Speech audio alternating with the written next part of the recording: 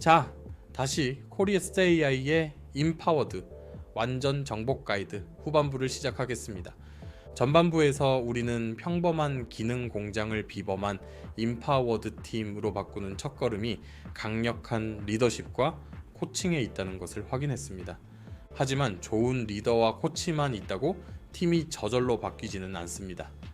이제부터는 팀이 실제로 일하는 방식, 즉 시스템과 문화를 어떻게 설계해야 하는지에 대한 구체적인 방법론으로 깊이 들어가 보겠습니다. 어떻게 보면 지금부터가 진짜 실전입니다. 가장 중요한 것, 바로 정직하고 건설적인 피드백입니다.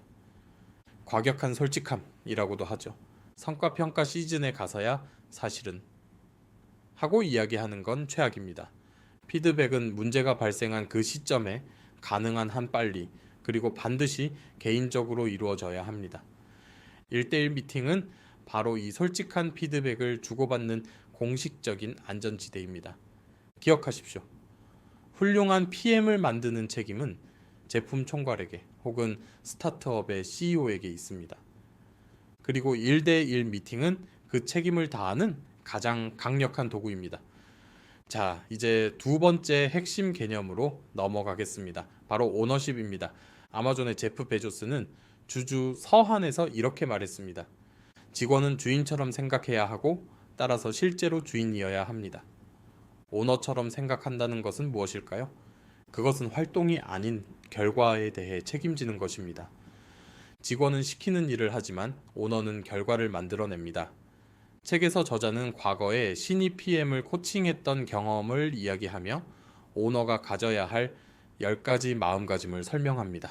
이건 마치 프로덕트 오너의 선서처럼 들립니다. 제가 하나씩 읽어드리겠습니다. 첫째, 나는 고객, 팀, 회사에 대한 진정한 의무와 책임을 느낀다. 둘째, 나는 팀이 최고의 해결책을 내놓는데 필요한 전략적 배경을 제공할 것을 믿는다. 셋째, 이를 위해 나는 고객, 데이터, 비즈니스, 산업에 대해 끊임없이 공부한다. 넷째, 어떤 장애물이 나타나도 나는 반드시 극복할 방법을 찾아낸다. 다섯째, 나의 성과는 산출물이 아닌 결과로 측정될 것이다. 여섯째, 나는 성공을 위해 필요한 모든 사람과 관계를 구축하고 유지하기 위해 노력한다. 일곱째, 회사의 리더들은 내가 오너처럼 생각하고 행동하는지 항상 지켜보고 있음을 인지한다. 여덟째, 일이 잘 안 풀리면 내가 책임지고 잘 풀리면 팀에게 공을 돌린다. 아홉째, 팀에 동기를 부여하고 비전을 전파하는 것은 나의 책임이다. 열 번째, 성공을 보장할 책임은 내게 있지만 사람들을 지시할 권한은 없다. 어떠신가요? 정말 가슴 뛰는 선서 아닌가요? 뛰어난 디자이너나 엔지니어들이 PM으로의 전환을 거절하는 가장 큰 이유가 바로 이 결과에 대한 책임이 주는 압박감 때문이라고 합니다. 하지만 이 압박감을 기꺼이 짊어지는 것, 그것이 바로 오너의 첫 번째 자격입니다. 세 번째 주제는 시간 관리입니다. PM이라면 누구나 공감할 이야기입니다. 하루 종일 회의에 끌려다니고 슬랙과 이메일에 답장하다 보면 정작 중요한 제품에 대한 고민을 할 시간이 없습니다. 그래서 많은 PM들이 밤 10시가 넘어서야 비로소 진짜 내 일을 시작하곤 하죠. 저자는 단호하게 주장합니다. PM에게는 하루에 고스란히 4시간의 보호된 시간이 필요하다고.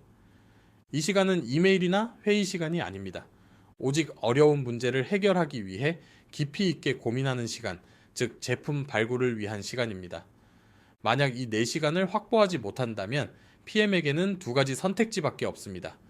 주 60시간 이상 일하며 번아웃되거나 결과를 내지 못해 실패하거나.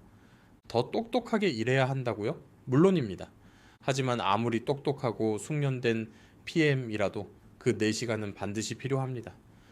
그 시간을 어떻게 확보할까요? 가장 큰 원인은 PM이 제품 관리가 아닌 프로젝트 관리 업무에 시간을 쏟기 때문입니다. 일정 챙기고 사람들 독려하고 회의록 정리하는 일들 말이죠. 물론 필요한 일이지만 그게 PM의 본질은 아닙니다. PM의 최우선 책임은 엔지니어가 만들 제품이 만들 만한 가치가 있는지를 확인하는 것입니다. 즉, 가치 있고 유용하며 구현 가능하고 비즈니스적으로 실용적인 해결책을 찾는 제품 발굴입니다. 이 4시간을 사수하기 위해 나머지 부수적인 일들은 과감하게 차단하고 보호해야 합니다. 자, 이제 개인과 팀의 일하는 방식을 넘어 팀과 팀이 협력하는 방식으로 넘어가 보겠습니다. 팀 협업에 대한 이야기입니다. 책은 먼저 협업이 아닌 것.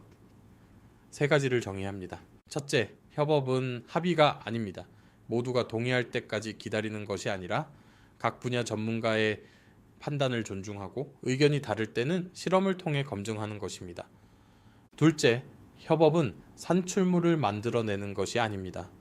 PM이 요구사항 문서를 써서 던져주는 순간 협업은 끝나고 폭포수 방식으로 돌아갑니다.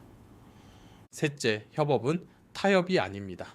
이도 저도 아닌 평범한 결과물로 타협하는 것은 팀의 실패입니다.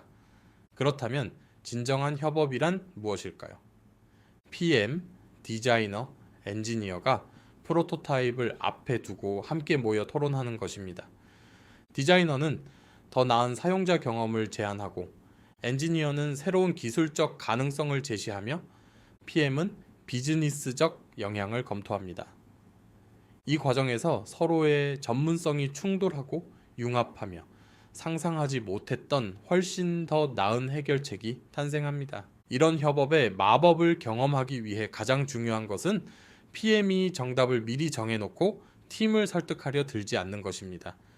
우리의 임무는 내가 생각한 해결책을 관철시키는 것이 아니라 고객이 사랑하고 비즈니스에도 유효한 해결책을 함께 찾아내는 것임을 잊지 말아야 합니다. 이제 제품 전략으로 넘어가 보겠습니다. 놀랍게도 대부분의 제품 조직은 제품 전략이 없습니다. 해야 할 일 목록, 즉 로드맵은 있지만 전략은 없는 거죠. 그 결과 수많은 노력이 낭비되고 정작 가장 중요한 문제에는 집중하지 못합니다. 리처드 루멜트는 말합니다. 나쁜 전략은 실수가 아니라 좋은 전략을 짜기 위한 노력을 적극적으로 회피한 결과다. 왜냐하면 좋은 전략은 선택이라는 고통을 수반하기 때문입니다. 제품 전략이란 제품 비전을 실현하면서 회사의 당면 과제를 해결하기 위한 접근법입니다. 그리고 좋은 제품 전략은 4가지 요소를 필요로 합니다. 첫째, 중요한 몇 가지에만 집중하기 위한 선택. 둘째, 데이터를 통해 얻는 통찰력. 셋째, 통찰을 실행으로 전환하는 능력. 넷째, 끊임없이 상황을 점검하고 조정하는 관리. 기억하십시오. 선택은 집중을 의미합니다. 꼭 필요한 몇 가지를 결정하는 것은 하지 않을 수많은 것들을 결정하는 것과 같습니다. 이 고통스러운 선택을 피하는 조직은 절대로 위대한 제품을 만들 수 없습니다. 자, 드디어 마지막 파트입니다. 팀 목표입니다. 많은 분들이 OKR이라는 기법을 들어보셨을 겁니다. 하지만 책은 OKR을 제대로 사용하기 위한 3가지 전제 조건을 강조합니다. 이 조건이 충족되지 않으면 OKR은 또 다른 형식적인 업무가 될 뿐입니다. 첫째, 기능 개발팀이 아닌 임파워드 제품팀이어야 합니다. 둘째, 개인의 목표가 아닌 팀의 목표에 집중해야 합니다. 셋째, 리더가 제품 전략을 실행으로 옮기기 위해 제 역할을 해야 합니다. 이 전제 위에서 임파워드 팀을 위한 목표 설정은 2가지 핵심 원칙을 따릅니다.